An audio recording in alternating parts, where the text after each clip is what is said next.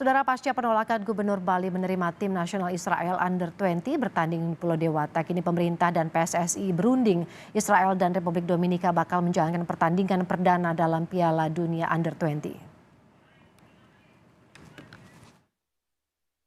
Setelah santer di publik Bali menjadi tempat bertandingnya tim nasional Under-20 Israel, Gubernur Bali Iwayan Koster tiba-tiba mengirimkan surat menolak kehadiran tim Israel di Pulau Dewata.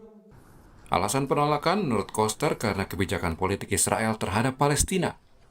Bali, kata Koster, menghormati hubungan diplomatik Indonesia dengan negara lain terkait masalah Israel. Surat dikirimkan pada 14 Maret 2023 kepada Menpora Zainuddin Amali sebelum mengundurkan diri. Kami menyampaikan sudut pandang bahwa kebijakan politik Israel terhadap Palestina yang tak sesuai dengan kebijakan politik pemerintah Republik Indonesia. Sementara itu, PSSI memastikan pihaknya hanya fokus pada persiapan teknis tim U20 Indonesia dan penyelenggaraan Piala Dunia U20. Wakil Ketua Umum PSSI sekaligus Wakil Ketua LOC Piala Dunia U20, Ratu Tisha Destari menyebut, kehadiran tim U20 Israel menjadi ranah pemerintah Indonesia.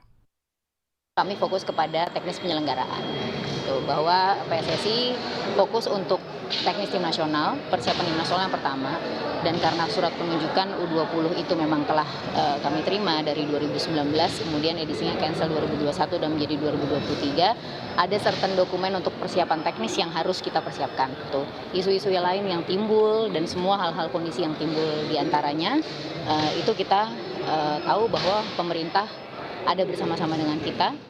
Menurut pelaksana tugas Menpora Muhadjir Effendi, saat ini pemerintah mengkaji urusan kehadiran Israel di Indonesia dengan sejumlah pihak termasuk PSSI. Namun Muhadjir memastikan persiapan pelaksanaan Piala Dunia U20 terus dilakukan.